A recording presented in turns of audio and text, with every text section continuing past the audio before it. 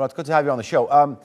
So Murat, this initial NAVTEX, or naval telex, was issued just over a week ago, and it was supposed to last until the 23rd of this month. What does this extension mean? I mean, I'm wondering why Turkey just didn't come out and issue the first one until the middle of September. It's just like demarcating the sovereign rights of Turkey at the Eastern Mediterranean Sea, because the latest NAVTEX is in the continental shelf of Turkey, as you know. And continental shelf conceptually gives rights to the states to explore and extract natural resources from the sea. So it's a sovereign right, and states do not have to announce it. They can just say, you know, this is my sea land, and that's it. And just be aware that this continental shelf is divided into tiers between Turkey and Egypt, heading to the middle line of both countries. So it's in the continental shelf, no legal dispute for that, but Greeks have some claims in favor of themselves. Okay, there are a lot of complex terms being thrown around. You're an expert, so help us understand. Continental shelf, exclusive economic zones, territorial waters. Just remind us of what Turkey's argument or position is and why it's saying that its activities are not a violation of international rights or an infringement on Greece's. The sources of such kind of terms or conceptualizations are actually in international law. If you go and visit the Convention of Genoa, and after that, Barcelona Convention of 1982, you can easily understand what it claims. Islands cannot have, for instance, exclusive economic zone. It's a rule, or may be limited.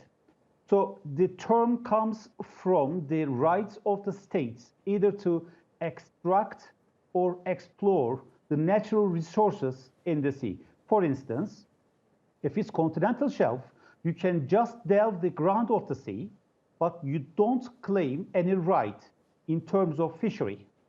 But if it's exclusive economic zone, that means it's your sea and you can benefit from the natural resources from the bottom to the top of sea. So these terms are a bit confusing, though. It delineates exactly the sovereign rights of states. Okay. Turkey and Greece have actually been engaged in previous disputes over islands in the Aegean or Eastern Mediterranean. President Erdogan has called for dialogue. How do you see this playing out in terms of finding a solution, especially when potentially billions of dollars of energy are at stake? When the energy resources were first, explored at the Eastern Mediterranean Sea in 1999, the argument of Turkey was to stop energy extraction, but first, terminate the problems or solve the problems.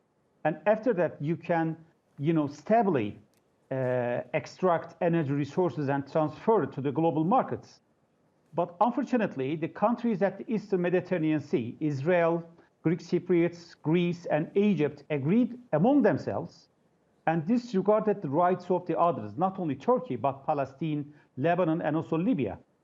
So what's the origin of that? For the Greek side, the islands does have the right of possessing an exclusive economic zone.